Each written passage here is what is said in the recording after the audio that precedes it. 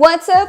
Hafa Adai, mabuhay. Welcome to Philippine Airline. Just kidding. Welcome back to my channel. As a working mama, I'm almost always pressed for time. So in this video, I'm going to show you how I make my quick and easy Bistek Tagalog in 20 minutes or less. Let's get right into it.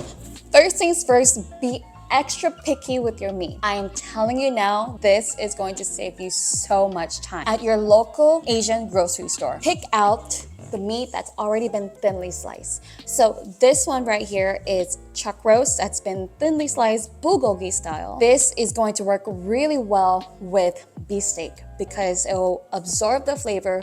You don't have to do any extra prepping time to get it tenderized and cook it right away. First things first, you're going to prep your aromatics. All you need for this recipe is 1 onion. You can use white, you can use yellow onion, you can use red onion, medium or jumbo, like the size of my hand here, and cut them into rings and set them aside.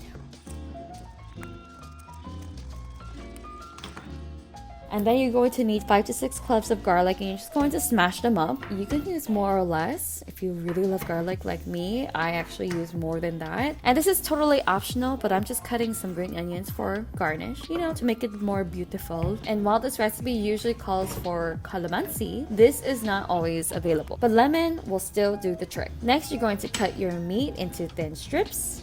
I find that when I do this, it makes it even faster for the meat to absorb the marinade.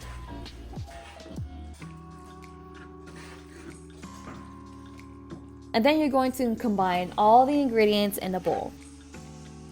Combine your aromatics, which is the onion, the garlic, lemon, 2 teaspoons of brown sugar, 1 teaspoon of black pepper, and 1/3 cup of soy sauce. Then give that a good mix. Here I'm just squeezing the meat into the marinade just so that all the meat and the marinade mix in really well together.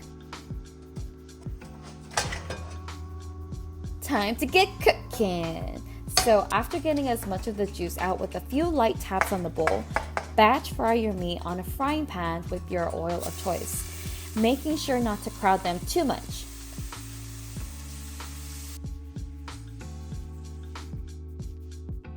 Personally, I like to brown my meat just a tiny bit.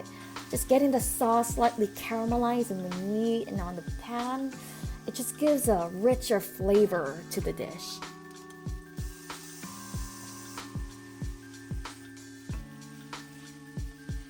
Once that's all done, set it aside.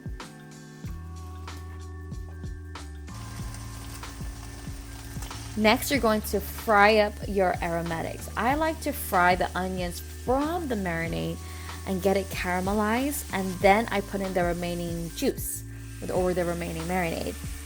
But this is also where I add in 1/4 cup of water for more sabaw or sauce and to lighten this also flavorful marinade. Then you're going to add in the cooked meat, and remember the other half of the onion we were saving before? Yeah, you're going to add that to the pan.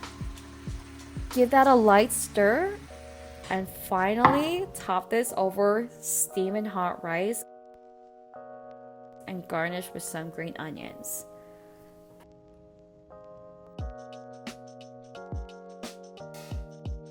And what is the purpose of this video if I'm not going to eat it? Hello? Oh, just look at that. So good. It's savory, it's tangy, makes my mouth water. Happy dance, happy dance, happy dance, happy dance.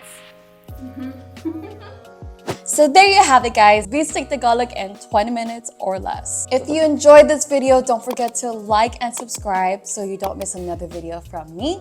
And if you haven't already, I have a free downloadable ebook pinned in the comments below on 3 chamorro recipes that you can make at home. This features popular childhood dishes that many of us here on Guam enjoy. So without further ado, I'm going to enjoy this beautiful, amazing bowl of Bistek Tagalog, and I'll see you in the next video. Bye!